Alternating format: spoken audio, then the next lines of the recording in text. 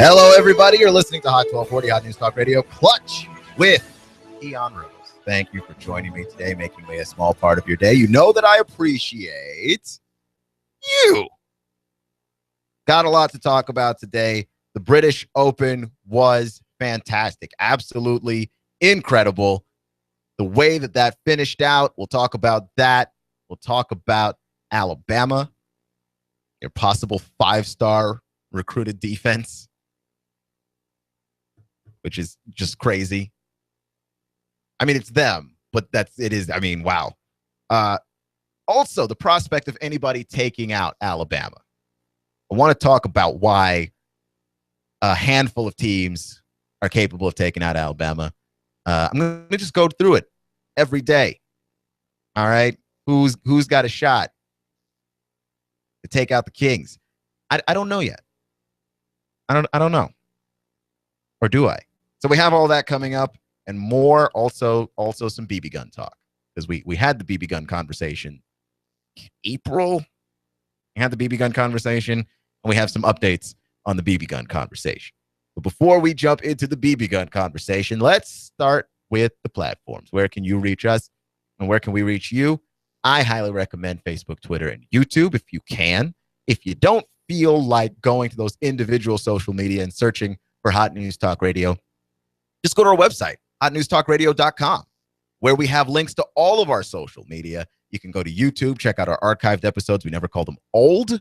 And you can check us out on Facebook. We've got a plugin on Facebook that allows you to listen to the radio station right there. You can look for the little radio icon in the bottom left corner of the page, or just at the top where it says home and photos. Right next to photos, it'll say radio plugin. You click on that. You can listen to Hot News Talk Radio. You can also stream us on the website, hotnewstalkradio.com.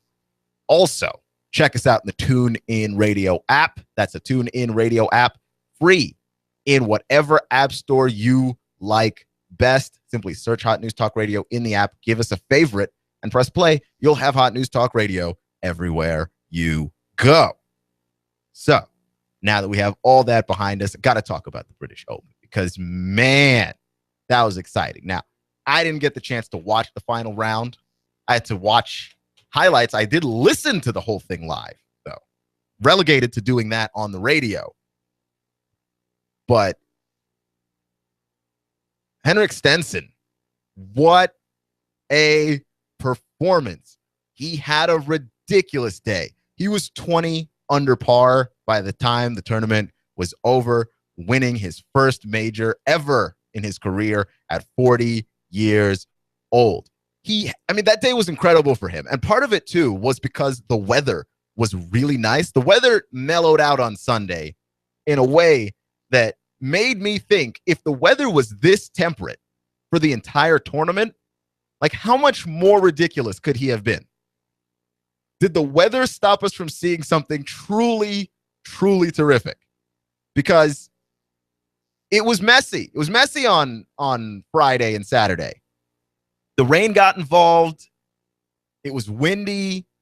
Sunday came around. The sun peeked its face, and the wind died down. And Henrik Stenson, Henrik, I don't know exactly how you pronounce that. He's Swedish. Unbelievable. Absolutely unbelievable. And he went toe-to-toe with Phil Mickelson and outdueled him in what was the golf equivalent of a heavyweight match. Each guy trading birdie for birdie, hole after hole after hole. And you're just going, when does it stop? And Phil Mickelson, who's got kind of a choker label on him. I mean, let's be honest about that. Phil Mickelson is one of the all-time great golfers. But when you've been a runner-up at a major tournament 11 times, people are going to slap the choke label on you. And justly or unjustly, what you think of Phil Mickelson otherwise, that label doesn't apply here. Not to this tournament. Phil Mickelson did everything that a guy can do in a tournament, including hitting a 30-foot shot for eagle that missed by just mere inches. Okay? Just a few inches. I think it was on 16 that he had that shot. He was spectacular. He was superhuman. And he just got beat by a guy that was the human embodiment of fire. He was just hot. Stenson could not miss. Okay, when you've got 10 birdies in the British Open, you're unconscious. Like, Henrik Stenson was playing at another level, and they asked Phil Mickelson about how the tournament ended, and Phil Mickelson just said, you know, a 65 in the final round of a major is usually good enough to win. Yeah, I would go with not just usually good enough to win, 65 in the final round of a major tournament usually wins you that tournament. Like, I would guess, though I don't know. I don't have any numbers in front of me. But like 90% of the time, that's not just usually. That's, if you told me that a person with Phil Mickelson's final round, especially the way that he started the tournament as well, a person with Phil Mickelson's final round lost the tournament, I'd have to ask you, was he playing God? Was he playing golf against God? Because I don't know how else you beat what Phil Mickelson was doing. He was electric as well. And I don't want to hear about choking this time with him. He was simply outdueled by a guy who was playing the best golf of his life when it mattered the most. So hats off to Henrik Stenson. And I can't even imagine what the rest of the field looked like, because you had J.B. Holmes, who was third place. He was 14 shots behind Phil. 14 shots behind Phil at third place. And J.B. Holmes just said, quote, "Those guys are playing on a different golf course than everyone else." You don't say, because here's what everybody was doing at Royal Troon this weekend.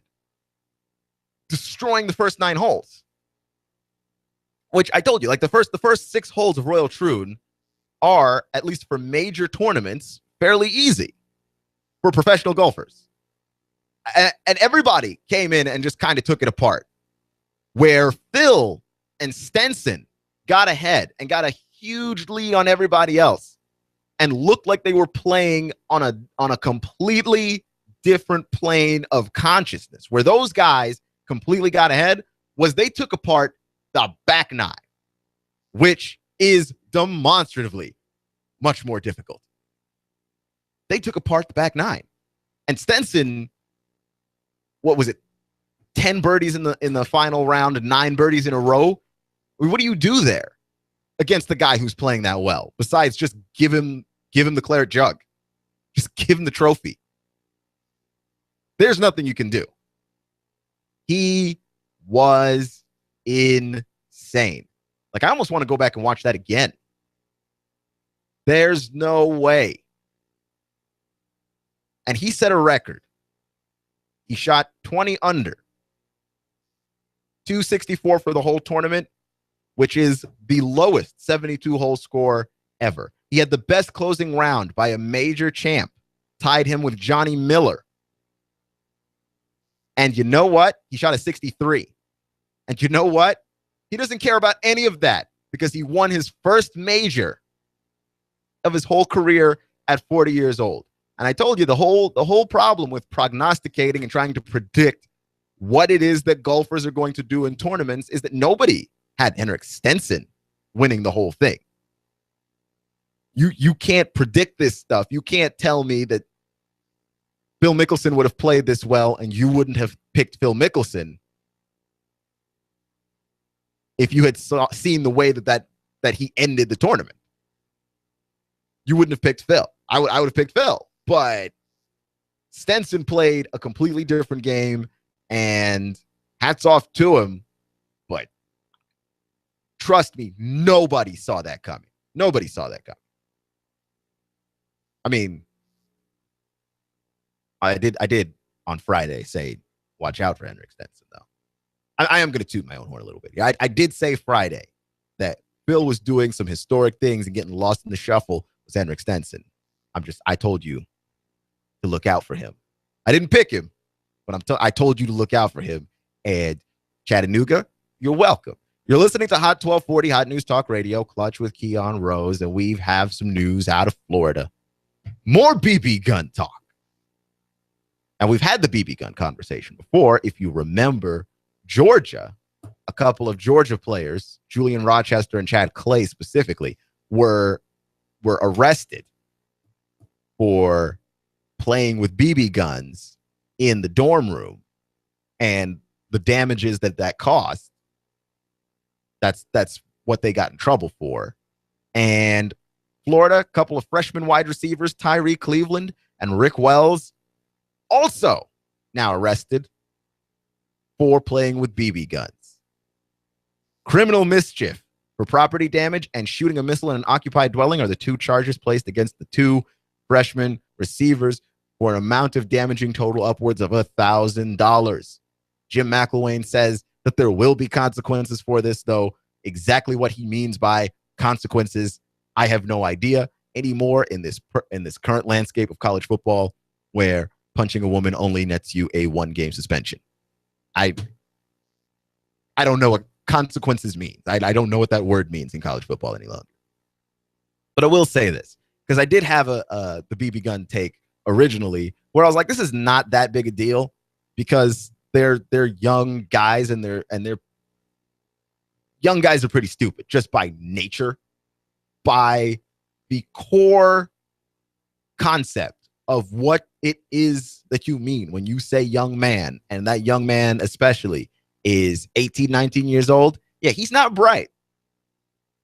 And if you are 18 to 19 years old, look, I'm sorry to be offending you, but y'all aren't that bright.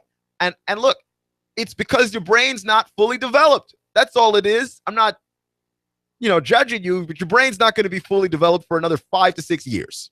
So you guys just aren't that bright. I tell this to my little brother all the time. My little brother is 17 years old, questions me, and I tell him, you're not smarter than me. You aren't. Your brain's not fully developed, and you're prone to do stupid things, and you're going to do a lot more stupid things before you reach the quarter-century mark of life. Okay? That's just how this is going to go down. I am well aware. I was 18 once too, and I did stupid things as well. So I was like, this is not a big deal. This is just young guys being stupid, BB guns in a dorm room. But I was thinking about it today, because Julian Rochester and Chad Clay, the Georgia players, caused about $2,000 worth of damage, and Tyree Cleveland and Rick Wells, who were arrested over the weekend, caused about $1,000 worth of damage. And I was thinking about it, and I'm gonna retract my "that's not a big deal" comment. And here's why. Because how much shooting of a BB gun in your dorm room do you have to do before you notice you are causing extensive damage to your dorm room? Really? How much damage do you have to do? What does $1,000 worth of damage look like? And how do you not see that while you're shooting the gun? Like, did you just think that they were just going to come behind you and fix it for free? They don't even let you do that in hotel rooms where you stay one night. They're not going to let you do that in a dorm. I mean, this is just common sense, which even 18-year-old boys should be capable of somehow navigating. Is just common sense. Like, not anything transcendent, nothing higher than that, but at least regular common sense. How do you do $1,000 or $2,000 worth of damage and not notice? I mean, I think a 1-game suspension would be fair in this situation, because you didn't have a real firearm. You didn't get caught with drugs. But the more I think about this, the more that I think, hey, you have to be suspended for more than 1 game just based on not having any common sense, not having a single thing rattling around inside your head that says, hey, we've done enough damage to this dorm room. Maybe we should stop shooting these guns. Right? $1,000 worth of damage. How much damage do you have to do? And also, dorm rooms aren't very big. What are you shooting? Okay, I understand the possibility that you could be setting up little targets in the room and firing at it. You can't go outside? What are you shooting in your room? And are you missing? There's so many questions, and there's not nearly enough answers to any of this. Suspend him for 5 games, just based on principle. That is the dumbest thing that you could be out there doing. Well, not out there, in there doing. That's one of the dumbest things you could be in there doing. Out there, you could be doing any number of things, but in there, apparently, you only shoot BB guns and damage your dorm room. Of course it's criminal. What else would it be? And then there's the other level of, you're black guys in America. The gun thing is a little touchy right now. Maybe let it go. If you have to. Yeah, I understand they're just BB guns, but maybe let it go. Just don't do that to yourself. It's not a good look. I do believe Jim McElwain, though, a little bit more than most people. And you're listening to Hot 1240, Hot News Talk Radio, Clutch with Keon Rose. We're talking about the BB gun incident with the 2 Florida wide receivers that happened over the weekend that they both got arrested for. Criminal mischief for property damage and shooting a missile in an occupied dwelling are the charges. I do believe Jim McElwain probably more so than most football coaches in the SEC when he says that there will be consequences. Right? I don't know what that means if you're Dan Mullen. What are consequences? You might just let the school figure out what to do and then tell everybody later, I don't know.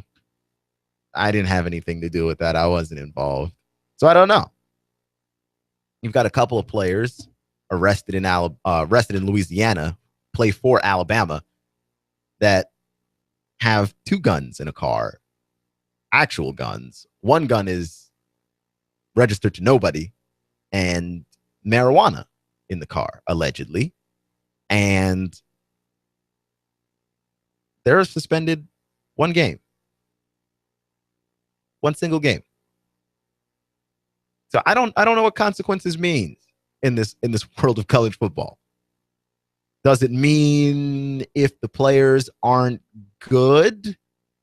Because Tyree Cleveland was expected to be good this season for Florida. What do consequences mean? Who suffers consequences in college football? Because it seems like if a player is good and beneficial to a team, he doesn't really suffer any consequences. I remember the Johnny Manziel half-game suspension from a few years ago. That's not... What is that? What did you plan for him to learn from your partial, not even non-existent punishment? What did you plan to teach from that? Because let's be honest, when you dish out punishments that don't really do anything, the message you're sending isn't even a slap on the wrist. It's sort of the formality of punishment, but you're still telling the guy, yeah, you're still more special than all those other guys, though. And maybe on the football field, you're more special than all the other guys, but in real life, you're not. You're a guy just like everybody else. In fact, even on the football field, you don't get preferential treatment, right? If you're called for holding on a football field, you don't get less yards for holding because you're a star player. You don't get more yards or you don't get less yards on committing a penalty just because you're a star player.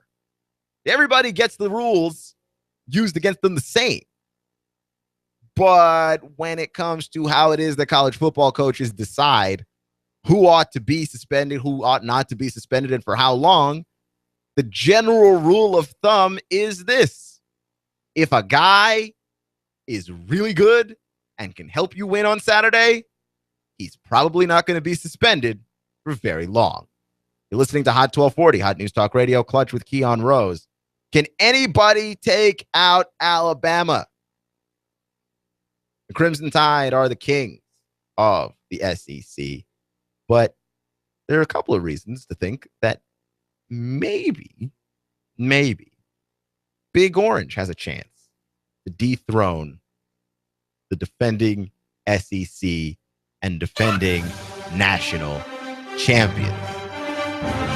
More on Clutch with Keon Rose.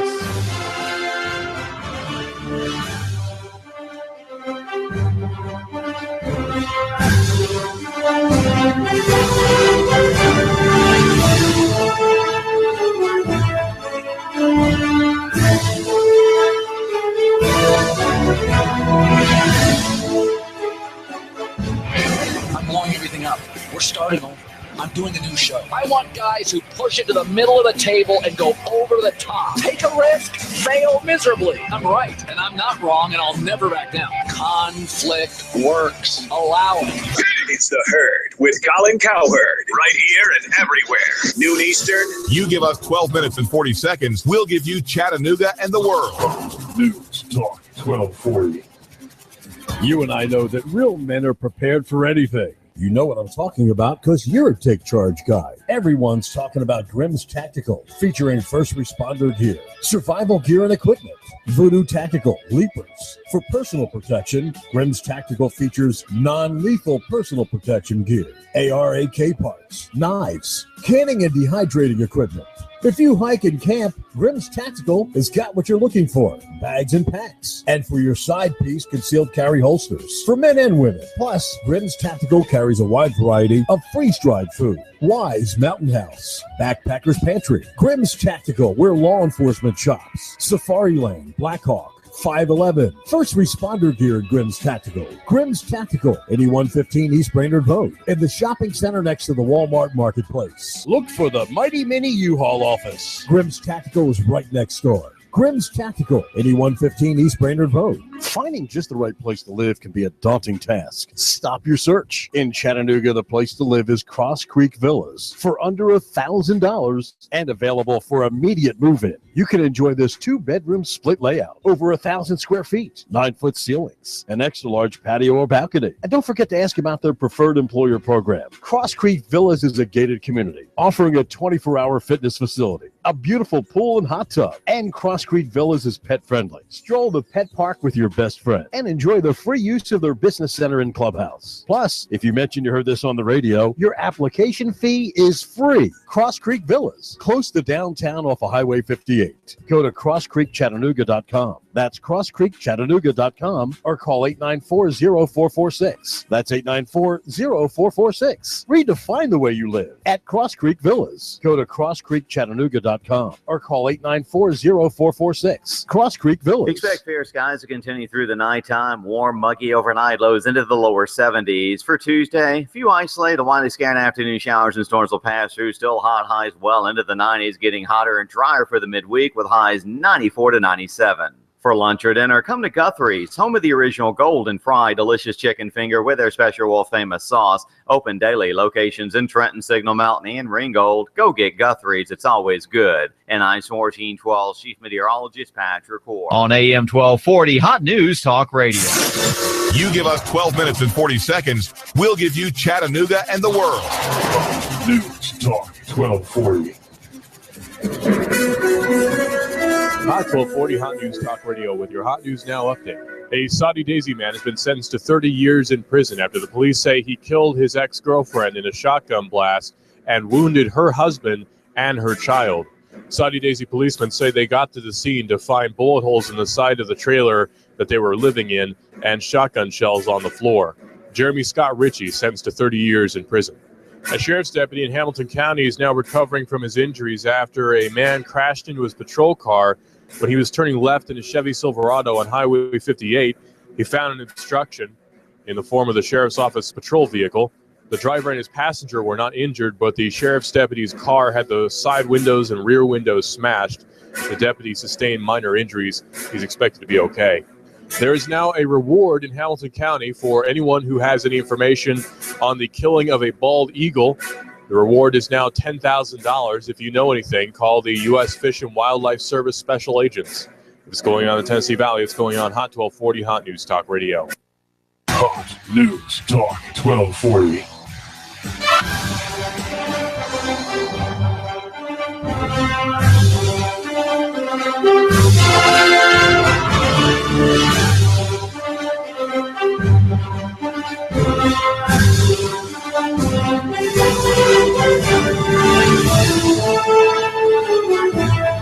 Can anybody beat Alabama? Maybe. What you're asking is, can Alabama be beat?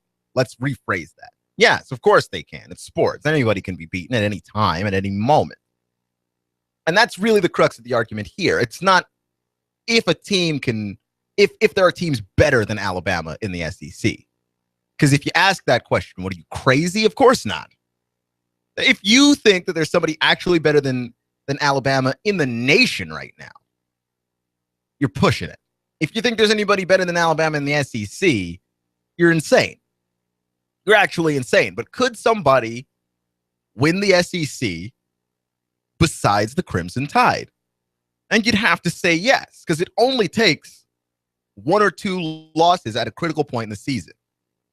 Right? Like Alabama loses to Auburn, apparently. Just not Auburn, Ole Miss, just every now and then in ways that are bizarre and weird. And you just chalk it up to whatever, right? And it happened last season, but early enough in the season that Alabama loses to Ole Miss, and you look down the schedule and go, okay, like there's at least one more team that can beat them.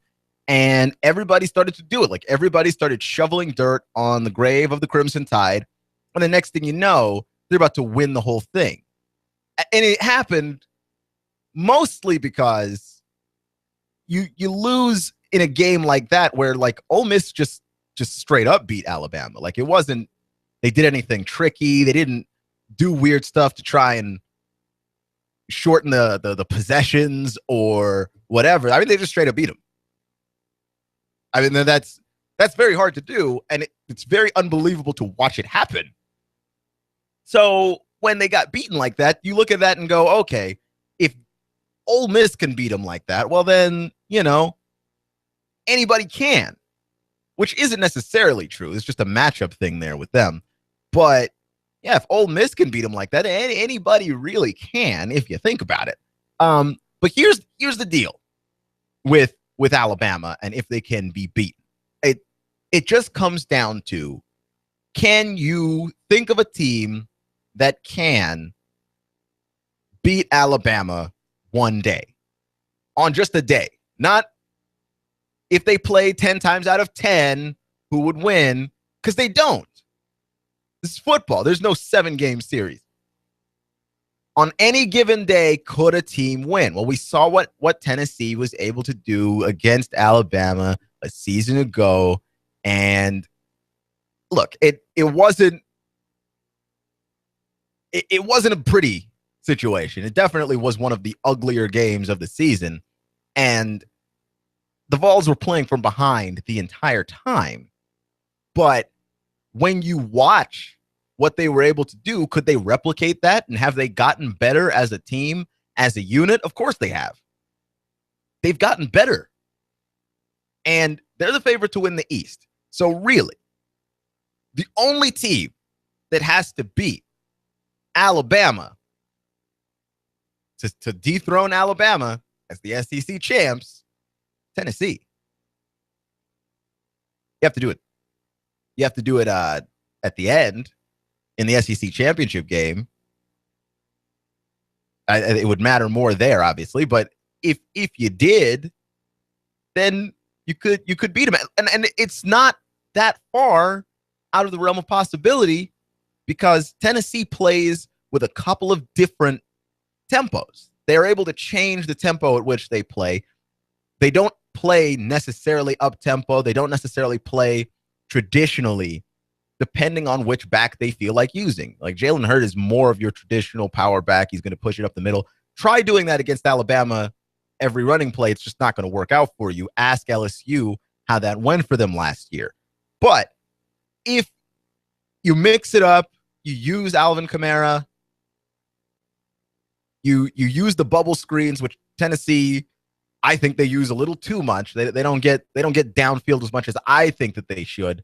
However, I don't know how much of that is just their game plan and how much of that is their limitations, because Josh Dobbs is just not a deep passer. You know, outside of like 20 yards, we start getting a little shaky with the accuracy. So it's not going to be you scorching Alabama over the top. You're going to have to spread them out. Because, they showed multiple times last year, they can play you straight up and just beat you. Bama plays you straight up and just beats you with power. You're listening to Hot 1240, Hot News Talk Radio, Clutch with Keon Rose. And when you talk about Alabama's defense, I'm going to transition a little here because I want to talk about the possibility. And this article came out a while ago, and you just start to think about it. Alabama has an opportunity to have a defense that has nothing but 5 stars on it. A complete 5-star defense. Now, obviously, is the star system flawed? Of course it is. But, what rating system is completely perfect? Almost none of them are, right? Almost none of the rating systems are completely perfect. They're flawed. They tend to be very, very human-driven, and therefore, have weaknesses. That you have people overlooking guys like J.J. Watt. He's a 3-star. Then you got overrated guys that end up at 5-star that probably should never have been there. But overall, if you field a bunch of 5-stars, the general consensus is your defense is pretty good, correct? Like if you had a defense that was mostly 5 stars, people would say that you have a good defense coming in. To have it on the field, nothing but 5 stars. The only team in America that could pull that off is Alabama, and that's what makes this ridiculous. Not that it's ridiculous because Alabama is the kind of school that can pull a number of highly talented recruits. But it's ridiculous when you consider the fact that there aren't any other teams in this country that can do that. Not one. Not one single team that can do that. Alabama has the ability to have 5 stars at every level. Defensive line, linebacker, and secondary. If we ever see this on the field, it will be the single most amazing thing that we've ever seen a college defense have. Period. We probably won't, but it's an actual possibility that they have, and nobody else can do that. Okay? Clemson can't do it. Florida State can't do it. Texas can't do it. USC can't do it. Ohio State can't do it.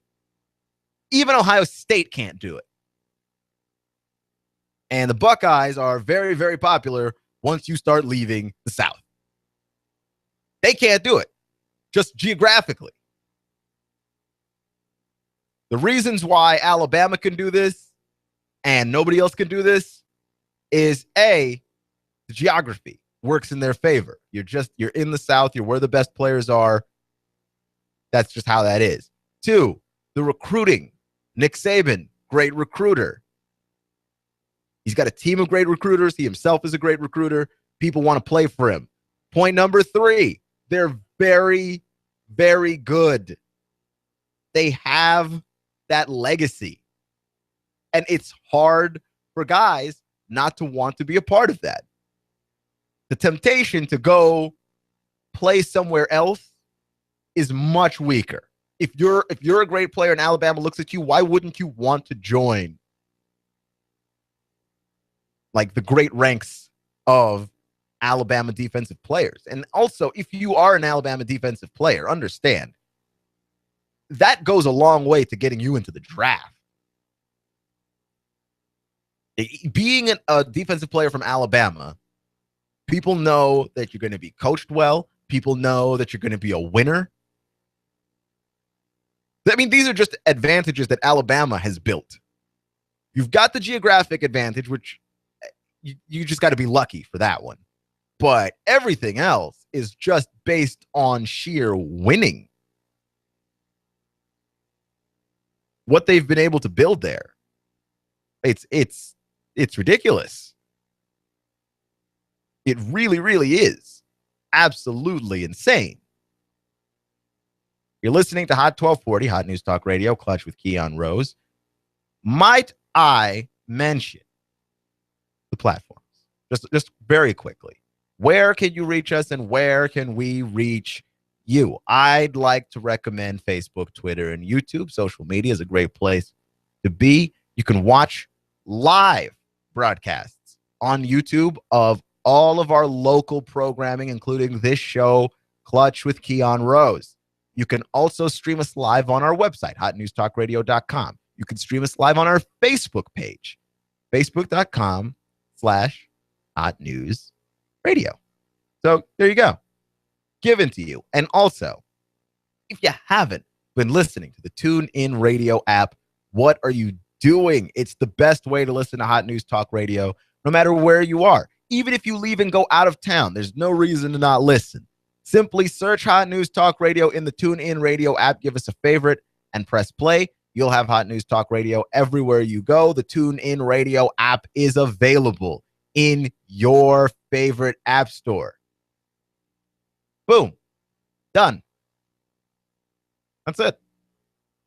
I want to talk a little bit more about the British Open. Henrik Stenson, at 40 years old, wins his first major, 20 under par. And the reason why I want to talk about it is because college football season is rolling around, and we do the same thing with college football every year that people do with golf at every major, because we just have this desire to predict things, and I don't know exactly what we get out of it. Because you're not gonna catch me making serious predictions on this show. I will lob out what I think, and I will absolutely mitigate all of that stuff with as much of understatement and backhandedness as humanly possible, because you are not going to catch me out here looking like a fool. It's not about to happen. And yet, you have analysts that time after time after time are just totally cool with just like looking like suckers.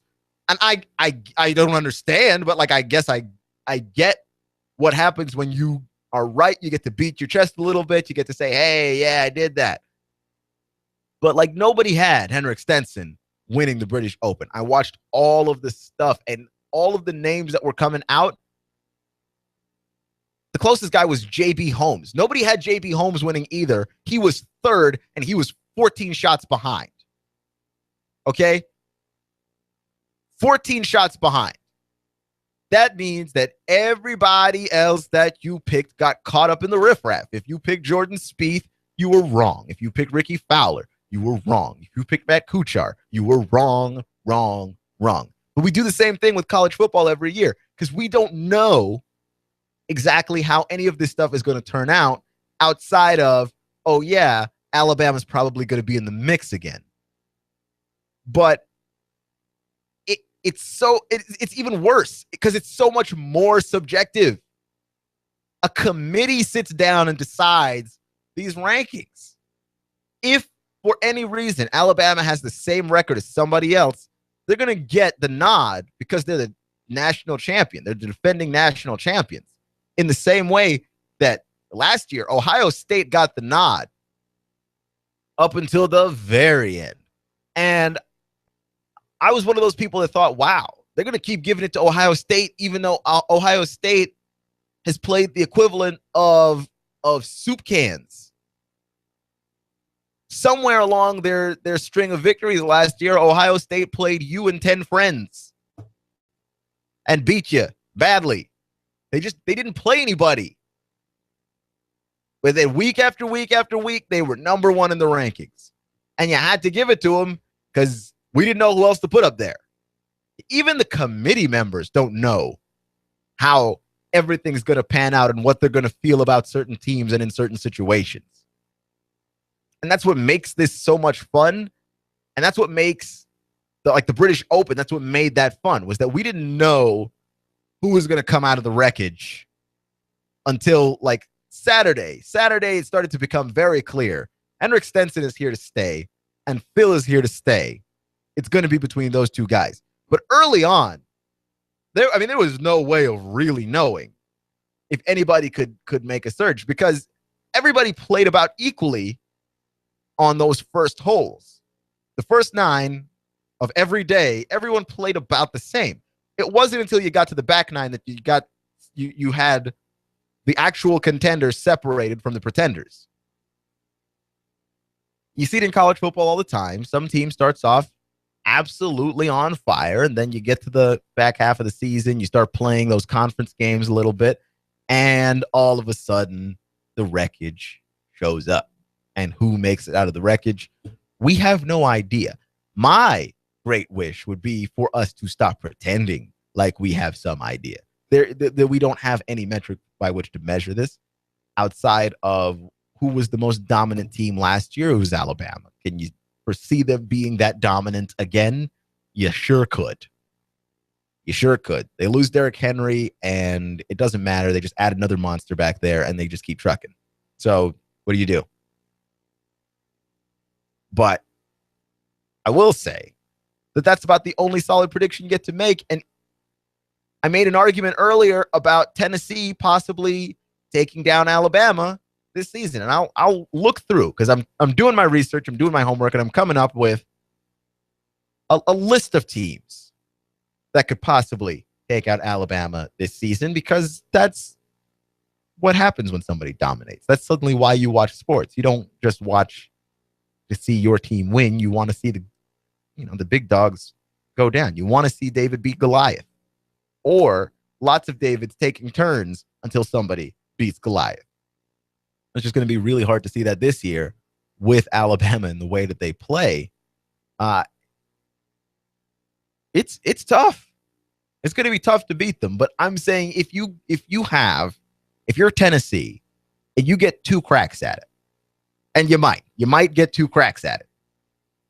You'll get a crack at it in the season, and then you'll get another crack at it in the SEC title game if you win the East, which everyone is picking them to win the East. I'm picking them to win the East because I'm looking at the SEC East and I'm going, I just don't see anybody good enough. McElwain's not going to get Florida good enough, fast enough. Georgia's under the regime change. I mean, Vanderbilt is improving, but they're not scary yet. That defense is terrifying, but they haven't proven that they can score consistently enough to be truly, truly terrifying. So you'd have to think that Tennessee would win the East, which gives you 2 shots at Bama. Yes, you do have to win those other games if you're Tennessee. Yes, you can't be Butch Jones losing games in the fourth quarter again this year, because now the expectations are big. Now people expect you to be good. So guess what? You got to be good. Plain and simple. But you've got the weaker conference, okay? You're Cleveland in the Eastern Conference. You're better, and you're better by a lot. And if Tennessee somehow manages not to win the SEC East, it's underachievement, pure and simple. And now we got to start looking at the whole Butch Jones thing. And should he be here? Which I hate to do.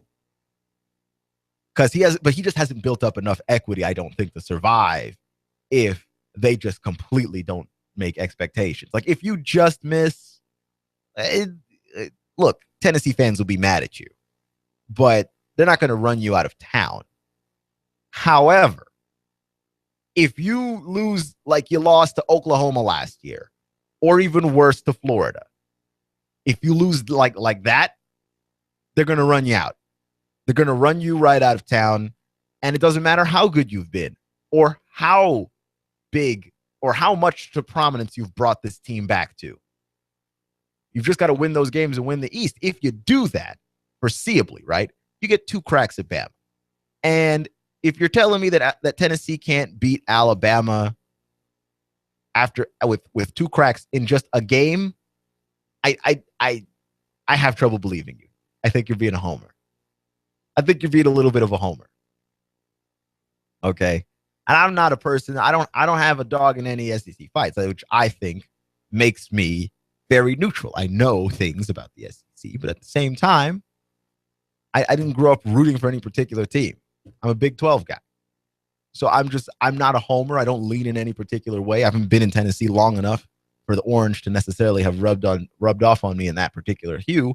But when it comes to just looking at the data, which says that in a one-game scenario, anything can happen.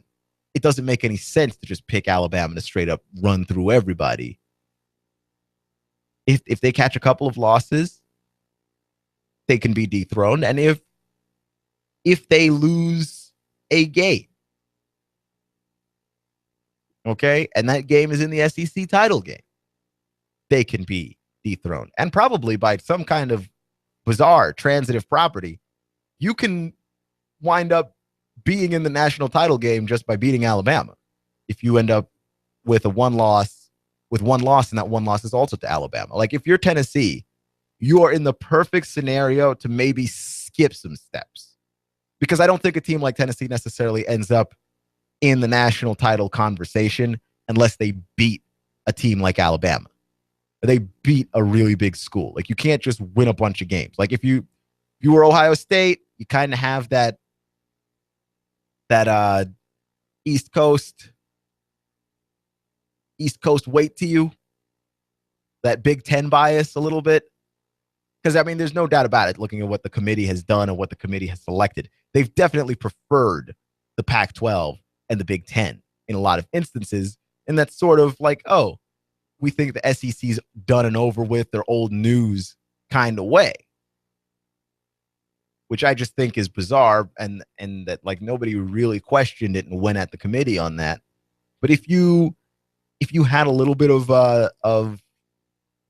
that weight, that little bit of that extra bias around you, because like I'm not saying the SEC teams got screwed or anything, like that's not the situation. Just that there was a little bit more of a tendency to want the SEC teams out of the picture. There's a little bit more of a tendency, just looking at the rankings from week to week, the teams that got penalized the most for losing were SEC teams. Like Big 12 teams couldn't get a leg up either, but like the SEC teams really took hits that no other conference took, especially being in the Pac-12. Being in the Pac-12, like Oregon hung in there longer than they probably should have because they were not very good for good chunks of that season. I'm just saying. I mean, just look at it. There's an obvious bias there towards teams that we're not tired of seeing. So I think you do end up with Alabama probably not getting as much weight as a national champion, a defending national champion probably would in this upcoming season, because we are tired of Alabama. It's Alabama fatigue. It sets in every year that they win a title. The year after, it kind of sets in again like, oh yeah, they're still here. They're still good. They're still winning. They're still dominating everybody. And there's nothing we can do to stop them. And then you get a little fatigued. You get a little tired of seeing Crimson everywhere you look. And if you're the committee, it plays out on the paper. You're listening to Hot 1240, Hot News Talk Radio. It's been Clutch with Keon Rose. Thank you for joining me today. Remember, it's not how you start, it's how you finish. Stay clutch. I'll see you in 24 hours. Stick around. Free Talk Live. Next. You give us 12 minutes and 40 seconds, we'll give you Chattanooga and the world. News Talk 1240. Chattanooga Tuesday is an exciting prospect at Shooters Supply and Range in Hickson. Hold your breath and squeeze. Shooters waives the membership fee if you want to shoot any Tuesday. You pay only a $10 range fee, half the price of other gun shops in the area. And another exciting bullseye, on Tuesdays only, enter a drawing. It's for a free $50 gift certificate. Spend the gift card on ammo toward a nifty $380 for your sweetheart, or the concealed carry class maybe, or the use of our electronic firing range. Trigger Tuesday, Shooter Supply and Range in the A-Frame right near Northgate Mall. 875-4868. Shop us at shooters-range.com. Repairs, transfers, a huge selection of firearms, Shooter Supply and Indoor Range.